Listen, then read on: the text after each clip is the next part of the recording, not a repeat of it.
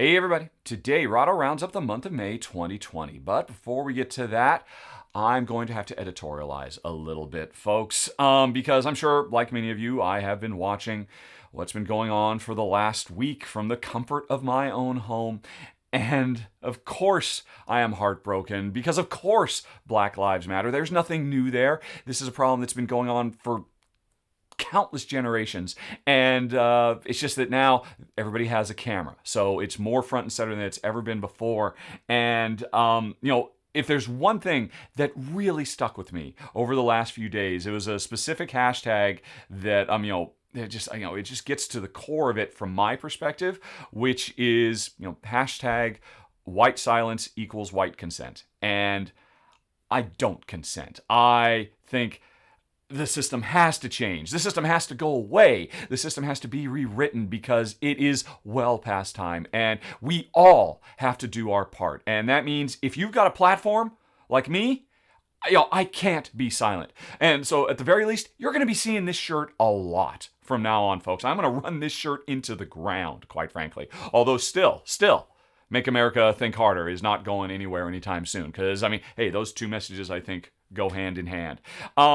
If you don't have a platform, then if you've got money, please donate. There are so many great organizations that are helping lead the way in fighting this fight. They're not very hard to find. Check the links in the show notes for just a couple of suggestions. And, because we all have to work to make this world better for everybody. And, in closing, one more thing before we get to the games. If you haven't, I so strongly recommend the most recent live episode of Fat Man Beyond, which is Kevin Smith's podcast where he talks about pop culture with Mark Bernardin, who is a fantastic writer. In the most recent episode, he did a brilliant amazing, articulate and passionate and moving and funny and engaging off-the-cuff soliloquy about the state of the world and his perspective and his family's perspective. And oh my gosh, it does so much to humanize and open eyes, and everybody needs to watch that. Hit that eye in the top right corner screen. Go watch the link in the show notes. Please watch it. I guarantee it will be worth your time. So, that's it, folks. Editorial over, and let's get to what you came here for, the games. And last month was kind of a slow month. Jen and I only played 15 new titles. But I'm actually going to be talking about 19 today because, in case you hadn't heard, I've got a new contributor on the channel, Shea Parker, and he's been covering some stuff as well. And I thought, hey, in case you missed his videos, I should mention them. So, I have got 4 games that Shea has covered over the last couple months, in addition to the 15 that I will be counting down from our least favorite to our new game of the month. So, for starters, Shea brought us Call to Adventure, which I was very, very impressed by.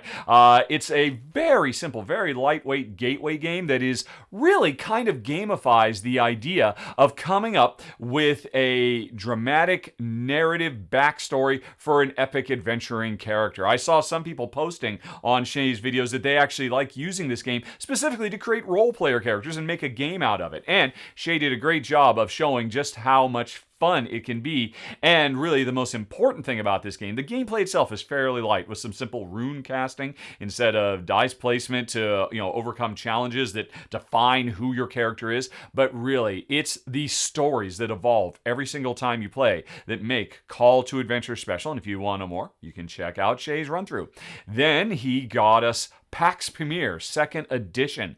And I gotta say, folks, this run through makes me so sad, so very sad that I am a Care player because wow, does it look good. And also, this is the video that Shea introduced his new left brain, right brain approach to filming, which was hilarious, and I absolutely love it. It's an example of how he is actually improving on my formula in his videos, and I think he's just going to add so much to the channel. Because PAX Premiere 2nd Edition is not something I would normally play, but it looks like such a brilliant tableau building card game with all kinds of shifting alliances that players have to navigate in I think it's 18th century Afghanistan. or was it 19th? Yeah, go watch the run through, find out more. Shea does a brilliant job bringing the game to life, exactly like I would, and it builds up to a very, very dramatic moment in the game, and I was really captivated the whole time with Shea's run through of Pax Premier Second Edition. Then he also did a couple of Kickstarters, Sea of Legends, which is a game of piracy on the high seas. Shea was not satisfied doing it all himself. He actually brought his roommate in. So you had, a mano a mano, the two of them going at each other. And again, I had a great time watching it. And while the game isn't necessary for me and Jen, because it does have a lot of dice rolling and all of that, it does seem like it's a very, very clever game with some really interesting systems about how you have a custom pirate captain who has specific objectives that are unique to you every single time you play as you sail the seven seas and get into all kinds of trouble. And I don't remember, is it still on Kickstarter right now? Maybe. It was a paid preview that Shea covered it, but if you'd like to check it out, go watch his video. And then also he got more pirate action going on with Tiny Epic Pirates, which was another paid Kickstarter preview he did, and this is live right now. This is basically, a very tiny game that features epic gameplay like the entire Tiny Epic series. And the thing about this one is all the gameplay action is driven by a customized rondelle. Everybody has a unique one that really gives you different strengths and weaknesses and different things you can focus on in this game of, once again, high seas piracy. By the way, folks, we are in a kind of a pirating golden age, it seems. There's going to be some more piratey stuff I'll be talking about probably in next month's roundup as well. But this is definitely a smaller, quicker playing game. They're both fairly lightweight. This one really focuses a lot on pick up and deliver as you are moving goods from one port to another and running afoul of each other, or the Royal Navy trying to chase you down as you get into all kinds of piratey hijinks. So that was a very piratey time for Shea. And again, I'm so happy to have him on the channel. But with that out of the way, those were his 4 recent games he's covered. None of which I've played, but again, I cannot recommend his videos enough. He does such a great job of making these things come to life in the exact same way I do. The highs, the lows, going into the depth of your thought process, and like I said, he's really improving on my formula, I think. Anyway, we're all happy to have him. Very lucky to, we're getting more and more stuff from him as time goes on, but you've been very patient. Let's go on to what Jen and I played this month, starting with number 15, the Unlocking Insanity. Now, this is a roll and write game that has some really cool features. At its heart, we are cultists trying to, worship the Cthulhu mythos beast and worrying about gathering all this arcane knowledge that might drive us insane. Because every round, there's going to be a bunch of dice rolled. When it's my turn, I roll them. I specify which dice I am interested in using, and that affects everybody else around the table as well. And the trick of the game is balancing, trying to get an exact specific amount of knowledge you need to hit big bonus goals, while also dealing with the fact that you are taking on insanity and it's literally filling up your brain. And if you have more insanity of a given, in a given section of your brain than you do the knowledge that fills that brain, you go a little bit insane and you have to draw an insanity card that gives you a really big setback that you'll have to deal with for the game. But the interesting thing is, the first player to go insane in whichever category it is that we're talking about gets a big bonus as well. So there's this kind of, we're almost racing to go mad, but we don't want to go too mad, because if we can be the first to get these bonuses, it really turns things around. Now, it came in at number 15. It's the bottom of our list for this month for a couple of reasons. One, there is an altogether overwhelming amount of take that. A lot of those powers that you can use once you go insane, you can deliberately push on your opponents and really hinder them and slow them down and mess up their plans. And generally, like, well, boy, I just don't know about this. And, so it was not a good fit for us. I did not expect this much player interaction, this much take-thatedness in a roll and write. So that was an issue for us. And then the other issue is, both the knowledge and the insanity are represented by numbers. And you're constantly increasing the amount. And there was a surprising amount of math you had to do in this game because you could lose or I shouldn't say you can't lose insanity, but if your knowledge increases over your insanity level, you become sane again, so you can dump those and so you're constantly every turn having to double check, right, okay, am I still insane in this? No, it adds up, I'm in crater, but then next turn, oh, now I got more insanity, and there was a lot of that. Don't get me wrong, it's simple math. I mean, it's very, very simple addition and subtraction type stuff, but it was ever present. And while the overall game was at a gorgeous presentation, really great dice, although there were some color issues with the dice, and the player sheets were really thick and glossy. Overall, the take that and the high prevalence of just lots of recalculation of math kind of got in the way of us enjoying what is otherwise, I think, a really sharp, interesting little game. And if you are looking for a game that maybe encourages a lot of math and you don't mind a little bit of, oh, well, you thought you were going to do that? No, you're going to do this other thing now because I'm more insane than you, and that's what I say you do. You might want to check out Unlocking Insanity. Then we've got Maharaja, which is a paid Kickstarter preview I covered this month. And it's actually an update to a classic Kramer and Kiesling game that came out, I think in 2004. So, I mean, this has been around for a long time. And it's an area control game where players are rushing to get the most influence in various cities and villages around the map and having to move their character from place to place so they can build. The crux of the game, what makes it really special, is at the beginning of every round, everybody in secret plots 2 actions that they are going to do on their turn.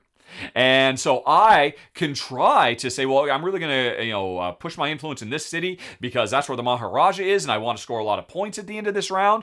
But, I might push and get in there.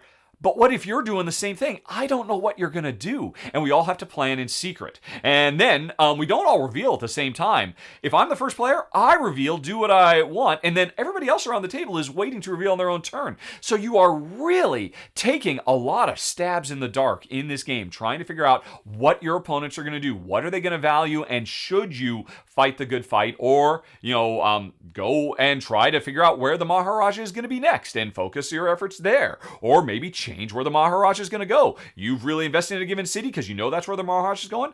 Not if I change his plan. So there's a lot of brinksmanship that comes into this game. And there's also every game you play, you get a different combination of special powers that players are constantly trading back and forth throughout that really mix up the gameplay a lot. And the original Maharaja only came with a fixed number, but this game comes with like 20. So every time you play, there's going to be a lot of different game changing effects in the simulation. So there is no doubt in my mind, this is an excellent game. It's from Kramer and Kiesling. Even though it's one of their early ones, I mean, the design still holds up. And what's interesting is the developer on this game is, Testini? Was it Testini? Oh, I don't remember now. And I can't all of a sudden think of the designer. Oh my gosh, how can I forget this? The designer of so many, Voyages of Marco Polo and my Zolkin the Mayan Calendar. Why can I not think of his name? This is ridiculous. I am going to have to do a Google search. Brain! I think I'm basically having a bit of insanity going on here. Designer. I've just forgotten what I just said. Zolkin. Please tell me the designer of Zolkin. So, you know how that just happens sometimes? Right now I got to open this up and look up. I really should write things down before I start filming, but I don't expect my brain. Simone Luciani! Simone Luciani was the developer on this game, and I know he had a lot of input design into this as well, and I think that's amazing, because Simone is on fire these days, even if I couldn't remember his name for some reason. He's just having huge, wonderful Euro hit after Euro hit, and he's coming in working with working on a classic from 2 of the masters of Euro design, and it all comes together to be a fantastic design. Although, like I said, folks, this was a paid Kickstarter preview, so you should take my opinions with a grain of salt. Why does it come in at number 14 for us? It's a fairly aggressive game. It is an area control game, and while I thought the design was brilliant, and I see why it's a classic, I mean, there's a lot of people who still play this game today, even though it came out decades ago, or almost 2 decades ago, or a decade and a half ago. But for Jen and my taste, while we thought it was really clever, we did spend too much of our gray matter really trying to mess with each other and slow each other down. So brilliant design, very very sharp. Three superpowers of board game design coming together in my number 14, Maharaja. Then we go on to number 13, which was Empires of the North. Jen and I played the two standalone expansions, Roman Banners and Japanese Islands. Jen played the Japanese ones. I played the Roman ones. For each expansion comes with two different. So we played that way, and then we swapped, and she played the other Roman, and I played the other Japanese. And I gotta say, these are very, very cool. Empires of the North, which I covered last year, is a card tableau engine building game that is absolutely brilliant in design. It's basically a kind of offshoot of the Imperial Settlers series, and it's great to see that it looks like Empires of the North is going to be getting the same type of expansion support that Imperial Settlers did, because it certainly deserves it. And Jen and I were really impressed. Like I said, between these two expansions, there's 4 different tribes, I guess, and each of them has very, very different game-changing, unique elements that make them play unlike anything else, and they were all very, very sharp. We enjoyed them all. Some were much more complex than others. If you're trying to decide which should I get the Roman one or the Japanese, I would say the Japanese Islands expansion. One of the two tribes is probably the most complex, difficult, challenging to leverage one in the entire game. I mean, like a real cut above everything else. It's the one where it introduces this new idea of faraway ports that automatically harvest things, but then you have to do special extra actions that don't exist in the game to be able to move things around from port to port. It really ratchets up the game complexity significantly, and it's a very challenging tribe to play well. The two new ones that came in Rome, one is very straightforward, and one just introduces this new idea that's very reminiscent of Glory to Rome, the idea of building foundations that you can use to speed up your ability to expand your little Roman Empire. So I would definitely say Rome is the easier one to get into. The Japanese island ones is a bit heavier, a bit more complex. Also, the other thing, if I recall correctly, it was the Roman expansion that also finally comes with replacement player chits for scoring, so that everybody can remember, right, I'm the green player, those are me. Very important, should have been in the base box. So, Empires of the North was a phenomenal design. These are phenomenal expansions. Why is it at number 13? Jen and I have now played enough Empires of the... This is not a reflection of these expansions. They are great. If you love Empires of the North, you must get them both. They bring so much new stuff in. New distant lands to conquer, all that stuff. But as Jen and I found ourselves playing more and more and more Empires of the North to get both of these really covered, we realized... And I was always worried about this. There is too much take that in Empires of the North for our taste, because you get these raised tokens, and the raised tokens can be used for other things that aren't about trying to tear your little empire down, or at least cog up the works, or glom up the cogs, whatever. You don't have to use these little axes to attack each other. But the more and more Jan and I played this game, the more and more we realized, you know what, sometimes you really do need to do that. Sometimes your opponent has such an amazing engine that is just making money for them every round, or whatever it might be that their engine does, and all you gotta do is just spend this one raise. Yeah, I could use this raise token to go conquer a foreign land, but none of those are going to be as useful to me as just messing up your engine so you can't use it for one round. And the more we played, the more we found it was very, very hard to avoid that. The more we realized Empires of the North is not for us, sadly. But if it's for you, you must get Rome and Japan expansions. They're both great, and that's my number 13. Then we move on to number 12, Sunflower Valley, which is a lovely little card drafting game. Where players... It's actually a sequel, I guess, or a spin-off of a game that I covered. What was it? Sunflower Valley, the roll and write game, which was already a very sharp game. They've taken the same setting and turned it into a card drafting tile laying games, or not tile laying, you're laying down cards in a grid, trying to score lots of points. And, you can see that I need lots of sunflowers because of the way I built my little valley. And so are you going to hand me those sunflowers that you don't need? Or are you going to use them for yourself to keep them from me? And it works wonderfully. This is I can't say it's too lightweight. I would say it's in the same realms as Sushi Go. because there's a bunch of different types of cards. They all function in different ways. And, every round I've got these ones. I got to decide which one I'm going to keep for myself and what's going to go to my neighbor.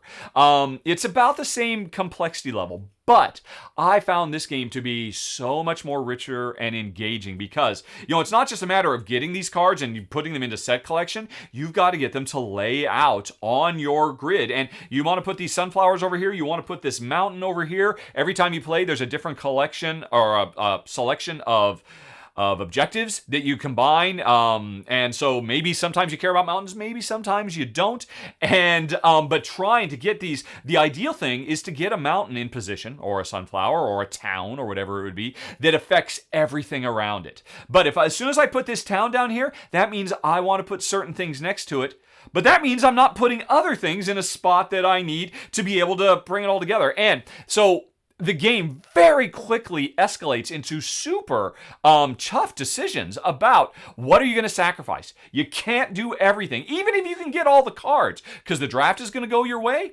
You can't play them to peak efficiency, and you have to focus on one avenue or another. And I was really impressed. It's super sharp, and I actually liked it quite a bit. My wife, Jen, she liked it too, but we would both have to agree, well, like I said right up front, this is not going to replace, a bigger, heavier card drafting game like, say, Seven Wonders. This is still a very, very lightweight game with a fair bit of tension, but I think in the end it was still a little bit on the we would have liked to see something a little bit heavier, a little bit crunchier, because we would likely play Seven Wonders over this just because we want even deeper, richer stuff. This game is over very, very quickly. You only get a certain number of cards. You build it up, you score your points, and this is an amazing next step. If you've got folks in your life who love Sushi Go, and you've introduced that to them, and it's a great first step gateway into the wider, this is the perfect next step. It's gorgeous, it's so attractive, it's simple to play, and it's very, very fast and very, very compelling. It's really a lovely little card drafting game. My number 12, Sunflower Valley. Or actually, I should say Sunflower Valley. Sunflower Valley, the card game, is the full name. Sunflower Valley was the original roll and write, which was also a very sharp game. Sorry, folks, I jumped the gun and went to my number 11 a little early. Cupcake Empire. This is a very sharp engine building game from the designer. Why am I trying to remember stuff I will not remember? Al Leduc, I think. I covered another one of his games, and I shouldn't be trying to. My brain is shutting down as soon as... Yukon Airways, which I covered last year. I thought that was a very, very sharp design, but it wasn't really for us because it featured too much pick up and deliver, but really neat dice drafting game. Cupcake Empire is another dice engine building game instead of a dice drafting pick up and deliver game, and it is very sharp. It's gorgeous. It comes with really lovely components, including these very, very interesting dice. The dice themselves are matte finished. They don't have the regular shiny, glossy look of dice, and that kind of made them almost feel like little confectionery things. I mean, it's weird how the theme comes to life because everybody's trying to make the best Cupcake Empire. In a town full of cupcake lovers, whoever can sell to the most customers is going to win the game. And the interesting thing is the customers are represented by meeples that have a shirt color and a pants color that represents, well, if they have a yellow shirt, they must love lemon cupcakes. And if they have green pants, they love mint cupcakes. So the perfect thing is to get a lemon mint cupcake so you can sell like crazy to these people. But it's all based on the dice because you're going to roll these dice, put them in columns, and that's going to limit you to what actions you can do in a given round because you can only pick one of the columns. And the interesting thing is, well, this is an incredibly powerful action I could do right now because all my dice tended towards that column. But I don't want to do that action right now. I want to do this other one that didn't get any. Now, as you might imagine, in any good dice game, there's lots of dice mitigation ways you can move things from column to column or kind of queue up wild card dice. It's a really sharp, clever game, and it's amazing. It's very, very fast as well. The game is easily, Jen and I found we were like getting a game done in like a half an hour. But in spite of that, it's incredibly crunchy, or not incredibly crunchy. This isn't like some Spielworks game or something like that. But it would look to be a very simple, light truffle of a game. But there is a lot of heavy thinking that goes on to right. These are what the dice have done. either, oh, this is great, it worked in my favor, or things didn't quite work out, but that's okay because there's always something you can do with them. And yeah, we really enjoyed this game quite a bit. I think people might be thinking in fact, I don't think. I know. I saw lots of people saying on Board Game Geek, yeah, this game is great. I really like it. I wish it lasted longer. Because that's the thing. This game is over in a heartbeat. It's a race. Everybody has two tracks there, how much money they've made, but what their production capacity is as well. Because if you're not producing enough, you're not going to make money. And really, you've got to keep these two tracks going up, but it's a race to cross. I forget, I think the number was, I want to make the number was 60, but there's a certain threshold. As soon as somebody crosses that threshold, boom, the game is over. And it starts out slow, we're building, but then things snowball incredibly quickly. And next thing you know, oh my God, we're only halfway to our goal, but I can see you're going to win next round if I don't figure something out right now. And so the game end can sneak up on you. And I think that's going to be something that people are taking up. You have to understand that going in. This is a game that's not going to last for very many rounds. It feels like you're going to be building up this engine, and later on it'll do amazing things, but later on never comes because the game is over so quick. So it's all about bird in the hand. Forget about that stuff in the bush. There's no time to go looking for that bird in the bush. And if you go in with the right attitude, I think you'll have a great time. It is sharp. It is well presented. Al Leduc, I think that was his name. I definitely think he is becoming a designer to watch, and that was my number 11 of the month, Cupcake Empire. We actually really liked it. I almost did it in the live Rahdo Runs Through Live, and I might still. Sharp game, number 11. Cupcake Empire. Number 10, however, is Pandemic Hot Zone, North America. And, it's no secret, I love Pandemic. It's no secret Jen loves Pandemic. Pandemic changed our lives, and it was very, very interesting to see a new take on Pandemic. This is basically Pandemic Express. Almost 90% of the core gameplay of Pandemic in a package that's super tiny. If you toss the box, as I said, you could throw this into a large sandwich bag and take it with you anywhere and play it anywhere. And you will get like I said, 90% of the Pandemic experience in 10 to 15 minutes. It's over so quickly. It's interesting. Pandemic, I talked about this in the video when I did it, has a lot of peaks and valleys. Things get tough, and it looks like we're doomed, but then we solve a problem, and then things go easy for a while, and then things get tough again, and you're on this roller coaster. Hot Zone North America is like the roller coaster only ever goes over one hill. Things are getting bad. Can you beat it? Yes, you did, or no, you didn't, and then it's over. Because it's like a roller coaster where there's only one end. I really enjoyed it. It works great. I would have liked to see more characters. There's only 4 playable characters. You're kind of used to 8 from previous pandemics. Again, this is a tighter package. And such a cheap package, too. But my other issue that keeps it from the upper echelons of Pandemic, because I really appreciated being able to get the Pandemic feel in literally 10 minutes. And that includes setup and teardown time, folks. I cannot stress just how super fast this is if you're an experienced Pandemic player. I think I did my full run-through complete in under 20 minutes, and that was with me explaining everything along the way. So, I would have liked to see more characters. That's a minor thing. My bigger issue was, I'm really surprised that the game is very easy. Even if you increase it to maximum difficulty, according to the rules, Jen and I, we haven't lost yet. And I think that's a bummer. My complaint is, why didn't previous versions of Pandemic came with like 4 difficulty levels? This one only comes with 2. I wanted to see some more. Really. No, actually, I'm sorry. It comes with 3 difficulty levels. Super easy, pretty easy, and easy. And we wanted to see the hard difficulty level. If you watch my video, you'll see I talked about what I think would make a very good house rule variant to increase the difficulty, to give me that main thing that I was missing. Because Jen and I, when we play Pandemic, we play on the harder difficulty levels because we like to be challenged. And this did not push us as hard as we'd like. Which is why, Pandemic's my number 1 game of all time, but Pandemic Hot Zone comes in at my number 10 for the month of May 2020. But anyway, let's move on to number 9. We've got Extra Extra, which is a worker placement game that I've had on my shelves for half a decade. I have to admit, the designer, I ran into him in a corridor at Essen many, many years ago, and he said, "Oh, I love your show. Here, take a copy of my game. Bye."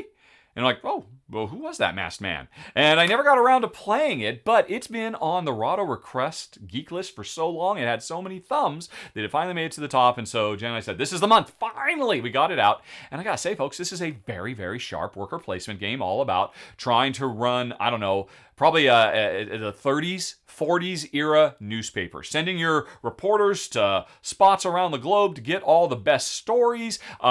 Spending time, the editor's desk, copy and pasting. It's kind of sort of a little bit of a polyomino thing, because you get these tiles that represent the stories you want to put on the front page of your paper, and you've got to line them up to use your front page grid layout to maximum effect, which means you've got to get ideally the right stories based on what type of paper you run, because you've got certain things you specialize in, but you've got to get the right sizes as well. And every round, new stories pop up all around the world, and to get them, we do worker placement. But it's not as simple as that. We do a worker placement / auction approach. Because if I say, oh, I got to get to Tokyo, there's 3 stories over there and 2 of them are perfect for me. Okay, I'll just put a worker over there. And then you say, oh, you know what? Or my reporter over there. You come along and say, well, I'll put my reporter and I'll give him an extra $100. That's our primary resource in the game, is money. And that will kick you out. So it's like a lot of the worker placement is really bids, because, oh, you bid 100, well, I'll go right back in and I'll bid 200. So there's this extra level of depth to the worker placement, because sooner or later, only one person is going to get all those stories out of Tokyo. And am I going to let you get them for nothing? No, of course. I'm going to bid you up, but then I might get stuck with them and I didn't even want them. So it's really, really interesting. Not all the worker placement spots are like that, but the most important ones are. And as a result, this game definitely is a little bit more in your face than most worker placement games, because most worker placement games, hey, it's just a race. Oh, you got the best space. Well, I guess I'll have to get it next round. That's too bad. But you know what? I got something else. But here, if you make enough money, if you save your cash, you can get whatever you want. But your opponents can make you pay a very high, very painful price to do it. And it works great. Also, interestingly, it worked fantastically as a 2-player game. And I've read that this game works phenomenally as a 6-player game as well, which is super rare. I mean, there was definitely a lot of focus on ensuring that the scaling worked well. So, I thought it was really good. And I could see keeping this game.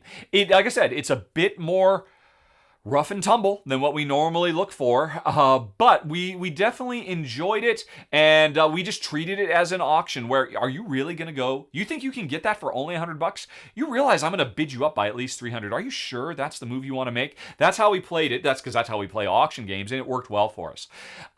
So I'm very impressed by it. I don't know if it eclipses Lancaster, though, because Lancaster, a game, it's like the second game I ever covered to my channel, is an excellent worker placement / auction game as well, where you send your workers out, but they are supplemented by squires in the same way that in this game they're supplemented by, your reporters are supplemented by money.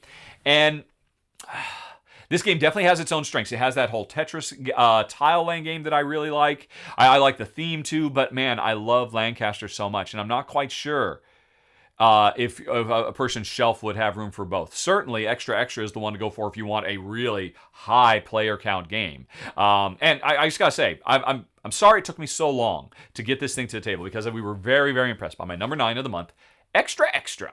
Okay, then we move on to number 8, Dollars to Donuts, which is another paid preview for a Kickstarter game that, is it launched yet? I think it has. These days, folks, everything just blurs together. But anyway, you can go check out my Kickstarter, or my preview I did for the Kickstarter if you want to know more. But this is a very sharp tile drafting and then tile laying game where you're making donuts. Lots and lots of donuts. So many donuts. And it's another very, very sharp, fast-playing, quick game that is over before you know it, lickety-split. And the thing that really elevates this game for me, that was really special, is the fact that the tiles that we are drafting, which represent donut halves, and we're going to put them onto our grid and line them up with other donuts to create full donuts, which is our currency in the game. Different types of donuts, can go to different types of customers and score points in various and sundry ways. The interesting thing is this game gives you so much flexibility and freedom in the tile laying in a way that most games games do not. A lot of tile layers, hey, once I put a tile down, I have to expand from that tile. Nope, I can put tiles wherever I want here. That's not uncommon, but it's that's always appreciated. It gives you that flexibility and freedom. But what's more important here, because all the donut tiles are these long, straight elongated 1x4 tiles. That's what they all are, and you don't have enough room to fit everything perfectly. The game allows you to let your donuts hang over the edge of your board, and that, it doesn't sound like much, but it gives you so much control. And I really, really appreciate it. Really elevated the experience because I just felt free. And don't get me wrong, I generally like the straitjacket of it's one of the things I love about a tile line game is, oh my gosh, I've got the perfect tile, like I was talking about earlier with Sunflower Valley, but the place I want to put it, I can't put it there because I need that space for something else. Here, it's very laissez-faire. Do whatever you want with these tiles. Hey, you can draw outside the lines if you want to. And it was very refreshing. And a very, very sharp, fun little game. Interestingly, from the same design trio, if I recall correctly, that gave us last year's Point Salad, which was a super popular card drafting game. Now they've moved on to tile drafting, and they've made something, well, that gets my mouth watering every time I think about it because I love donuts in real life. But it's a very sharp design, my number 8, dollars to donuts. Then we move on to number 7, The Dead Eye. This is another game that's going to be on Kickstarter, I think, in a few days from now. It'll be launching, so you'll be able to see more of it soon. This is a solo-only post-apocalypse Mad Max-style adventure game that is so sharp, and there's a lot of things I love about it. And you'll be able to see this video soon. Let's get the big one right out of the way first. The game comes with, what do you call them, stereoscopic 3D glasses. The red and blue 3D glasses like I used to have as a kid. Because Saturday matinees, The Creature from the Black Lagoon, go down to 7-Eleven and get your glasses because it's going to be broadcast in 3D. That kind of stuff. Oh man, I love that they did that here. But what's brilliant about the graphic design of this game, if you don't have the glasses, or the game comes with them, but if you don't want to wear those glasses, it still works. The art has this kind of otherworldly, because it does take place on a distant planet where you're having these Mad Max adventures, kind of almost rainbowish hue to it that just looks like, oh, it's the effect of the atmosphere of this planet. But then as soon as you put the glasses on, boom! It's in really killer 3D. And the depth you feel looking at these cards, oh man, it's a gimmick, but it is an amazing gimmick. The board you play on has these layers of depth to it, the cards do, and as you tap the cards to use them, the 3D effect goes away because you're not looking at it from the correct angle, and it feels like, oh, they lost all their juice. I need to untap it so it's got its juice, and it goes back to 3D. Really neat. But all that aside, this is a very sharp push your luck adventure game as well, where you've got a deck of cards, you have a good idea of what's in there. Half of the deck is bad stuff, half of the deck is good stuff, but they're multi-use cards. You're drawing cards that create encounters, and then you have to decide, am I going to face this encounter, which means then I'm going to have to keep drawing from the deck and hopefully get enough juice, the good stuff, and avoid heat, the bad stuff, so I succeed at this encounter. But the thing is, I got to keep track what's in my deck, because this is a deck building game as well. Over time, I will get new cards to appear in this deck. And right now, is my deck in a good place or bad? Maybe this is not a good time to push my luck, because I don't want to fail at this encounter. But oh, this is an encounter where maybe I actually want the failure to happen because it gives me more deck building opportunities, so I'll be in a better position later on when I come across a really important encounter.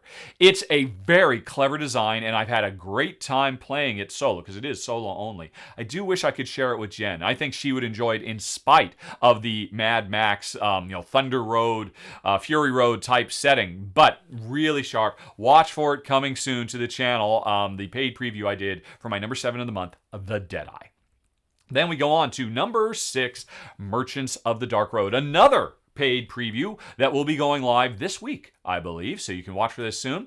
This is a game where we are merchants in a fantasy world, traveling around the city, either crafting or buying/selling all the equipment that all the adventurers want, and then selling it to them. But not only are we selling this stuff to the adventurers at the local inn to get them to join our worthy cause and make a lot of money along the way, we are also occasionally going for trips on the Dark Road, because there are villages out there in the countryside that need our goods. And we've got to get in our caravan and go out and face little story-driven in encounters. Draw a card. It tells you what you've run into, and then you roll some dice, and you've got some dice mitigation to determine whether you end up with a good or a bad result. And really, this game, like what was I talking about earlier? Cupcake Empire, where you had 2 different metrics. This one does as well. There's your fame and your money, and whichever of those 2 is the lowest at the end determines your score. So you want to get rich and famous. It doesn't do any good to complete all those mission objectives that give you more fame if you're broke. And so balancing those 2 things, like Cupcake Empire, is a really crucial element of the game. But there is so much more going on, and probably the most important element of this game that makes it stand out is when I eventually decide, I've got a wagon full of stuff, I've got commissions to go out to this town, and I've got some adventurers who want to go back to that town because that's their hometown, and they're going to come with me and protect me on the road, and I'm ready to go. It took me a while to build up for that, to get my wagon full and get the adventurers and the commissions and all that. And all my opponents saw what I was going for. And along the way, they might have, they can see Rahdo is heading out to, I can't remember the names of the towns, Dawnmore or whatever. Maybe I'll take a commission for Dawnmore as well. Or maybe I'll get a passenger who wants to go to Dawnmore, and I'll just have it lying around. Because when Rahdo eventually launches his expedition, I can tag along for free. And just get free points, free money, free resources on my opponent's turn if I can figure out what's going on and what they are valuing. But that means, am I wasting space on my caravan that I could be for my own goals that I have to pursue, so that I've always got a little something on the side so I can tag along with somebody else. And also, there's interesting things, if I tag along, or if you tag along with me when I'm going to go, you face the danger of the road as well. And depending on what type of road we're traveling, whether it's a regular one or a shortcut, you might get first dibs on being able to protect yourself, or I might.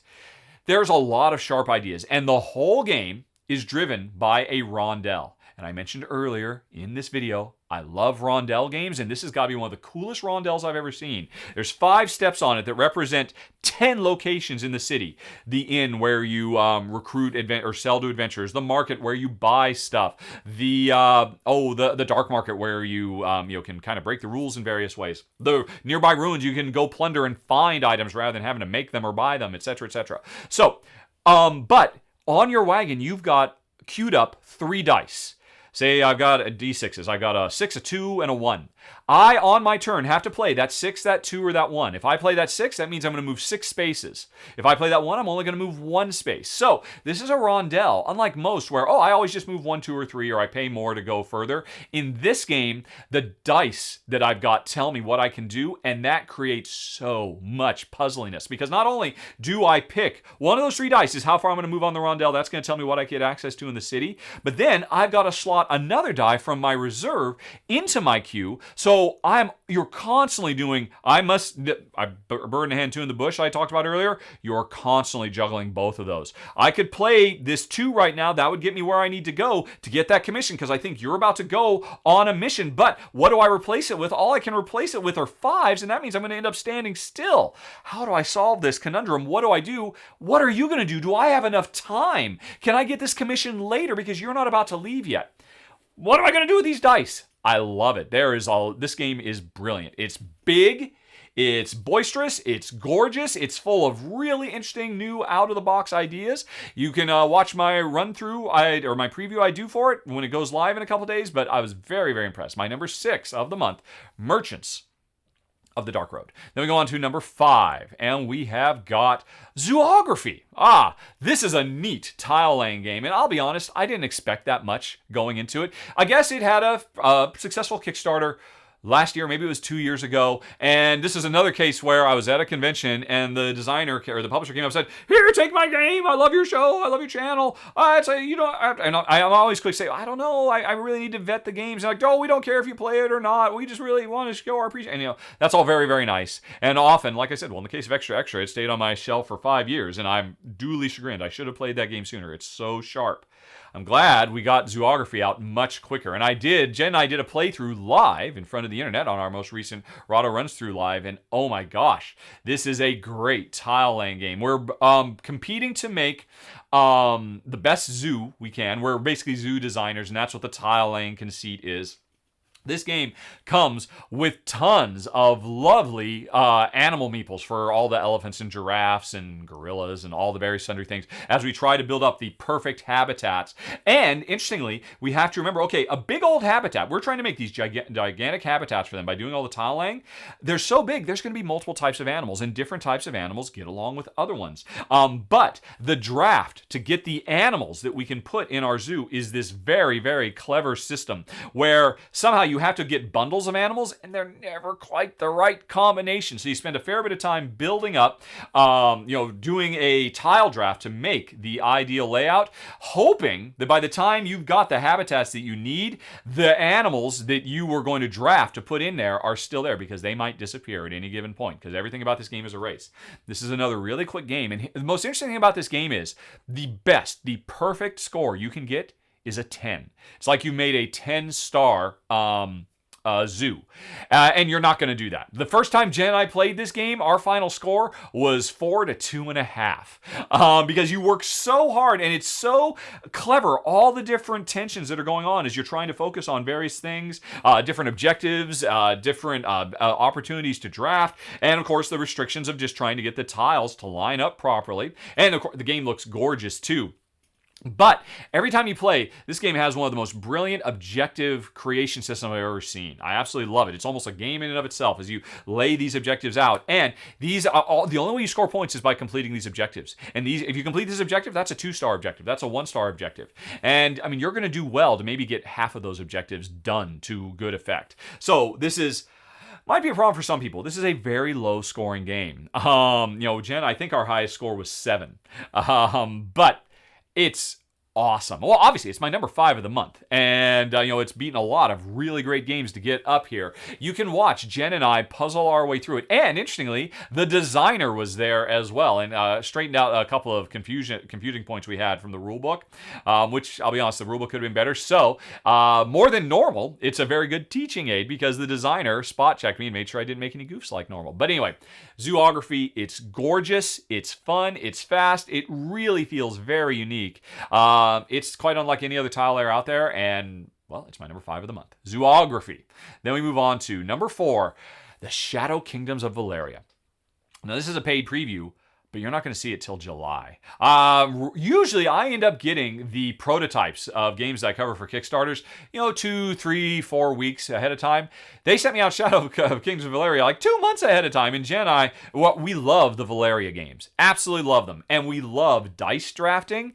And this is a Valeria game that's all about dice drafting, and very, very cool dice drafting, reminiscent of last year's New Eden, actually. The idea that not only do I want that die, but the bucket that die is in, when I take the dice, I will activate the power of the region it's in. So I want those dice over there, but I want those dice over there because I want that power, but I want that die, and that is awesome. It was great in Yukon Airways, now that I think about it, and last year's New Eden, and it's phenomenal here. Honestly, this would be Jen's number 1 of the month. Jen loved this game so much. She just kept raving as we played and played and played. She could not get enough of it. The interesting thing is we are shadowy overlords. We are the creatures of the Valeria Kingdom that are finally fighting back to take back our land from all these encroachers that we used to play as in all the other Valeria games. But the dice drafting is brilliant, I'm afraid you won't be seeing a video for it until some point in July. But so this is a very, very early sneak peek of a game that I think is going to be very, very well received on Kickstarter. Like I said, this was a paid preview, but Jen and I were super duper impressed by my number 4 of the month, The Shadow Kingdoms of Valeria. Then we go on to number 3, The Whatnot Cabinet. Another paid preview. This is going to be going on Kickstarter pretty soon, probably this month sometime. And this is another tile layer. Folks, I love tile layers. If it was not already apparent in the past, surely this countdown has made clear just how much I love laying tiles. And any game that creates interesting and tension-filled decisions about how to put beautiful tiles out to create a tableau of something is usually going to work well, and this one does phenomenally. This is from one of my favorite filler designers, Steve Finn, although it's from Pencil First Games. This is not his first team up with them. And both Jen and I were super duper impressed by this game. It takes the, the worker placement action selection mechanism from King Domino, which is a really cool idea. That, oh well, I'm gonna draft something by placing a worker in a spot, but that also determines what my turn order is going to be next round. That works so well in King Domino and its offshoot games, and it works wonderfully here. But you're doing this to be able every round to grab 2 tiles, 2 little curiosities that you find when you're out hiking in the woods to put on your cabinet, your whatnot cabinet, and you score points in several different ways in this game by getting, or getting sets either in rows or columns, or ideally both, in your whatnot cabinet. And it's impossible to complete all your rows and columns. So again, you have to compromise like crazy. And it's such a sharp game. The objectives are on public display. Everybody's racing for those. Everybody is drafting to get the best tiles. There's special power tiles that can lead to like some very cool, almost kind of like explosive tile draw moments. And another favorite thing. This is actually a variant module that isn't part of the base rules, but we loved it. Everybody has secret goals that are comprised of 2 different cards, represent a color and a curio. If I have purple seashells, that means I want purple seashells. They're worth extra points to me. But I don't want you to know that. But a third of the way into the game, I have to reveal either purple or seashells. And all of a sudden, I love purple, or I love seashells. And then I eventually got to reveal the other, and this kind of drip feed of secret information. You're trying to, does my opponent know that I want shells? I kept it pretty hidden. Should I not reveal that, or is it too obvious? Lots of really cool ideas in a gorgeous, fast, fun-playing little game. And one other thing about the Whatnot cabinet that I will mention now. Not only when it goes live on Kickstarter later this month will you get a preview from me, again, a paid preview, you will also get a how-to-play rules overview from Ryan Crichton of Knights Around a Table. So Ryan is going to be putting his first Rahdo rules run-through on the channel. They'll both go up the same day when the Kickstarter goes live. And I am very, very happy to have him on the channel because it opens... I mean, here's the thing. A lot of you folks use my videos as rules guides. You should not. Please turn on the Klingon subtitles and you'll see how many goofs I make. But Ryan is a consummate professional. He is easily, as far as I'm concerned, one of the best how-to-play video makers on YouTube today, and that's why I feel incredibly lucky that he has joined our channel and he's going to be starting to produce. There's going to be another one he's working on right now, which hasn't been announced yet, so I can't talk about it. But so Whatnot Cabinet might be the first video you see from Ryan, depending on when it launches, or a different one. But this is an announcement in case you missed my most recent top 10. Ryan is joining the team, and I think you're going to be very, very happy. He is going to make sure he is the antithesis to the Klingon subtitles that I normally need to deploy, and it's great. So watch for that coming soon with my number 3 of the month, the Whatnot Cabinet. Then we got number 2, Underwater Cities New Discoveries. Oh boy, yeah. Underwater Cities made my top 10. Was it last year? No. My top 10 of 2018. And it was great. In 2019, the first expansion for it came out. And oh my gosh, this is such a must-have expansion. This expansion is totally mandatory. If you like Underwater Cities and you do not have this expansion, you are cheating yourself out of a game that is easily becomes almost 50% better. It adds a bunch of new modules. Some deep, some simple. The most important one, to me anyway, I don't know, folks, why. I went back and I was shocked I said this. When I did my original run-through for Underwater Cities New Discoveries, I filmed it at almost midnight, and I foolishly said it's a quick game. Underwater Cities is an incredibly long game. Very, very long. I don't know what was going through my addled brain at that point. One of the coolest things about New Discoveries is it comes with a fast start mode where there's a draft that lets you start with a different combination of resources and abilities and powers and all of that stuff based off a quick draft you do. And that basically eliminates the first age of the game and easily cuts a half an hour off the gameplay. And it's that first age where very little is happening. Nothing has built up yet. You really can't do very much, and it's brilliant. Just excise all of that and say, hey, you know what? At the end of this age, it was going to take you 15, 20 minutes, depending on how many players you've got or how fast you are. We're just going to cut right to the chase and say, hey, you know what? That age is over, and here's what everybody got out of it. And now the game truly begins, and that's brilliant. But there are so many other cool things, like replacing your universal. Everybody had the same assistant with like character-specific ones that really give you very cool, very powerful special effects. Lots of new cards, tons of new cards. I mean, it's impossible to avoid them. A new way that the up top cities work, where they're not all there, and there's like more races now going on. Well, I can't beat you on that race, but now I could beat you on this other race over here. So many things to focus on. Underwater Cities was already amazing.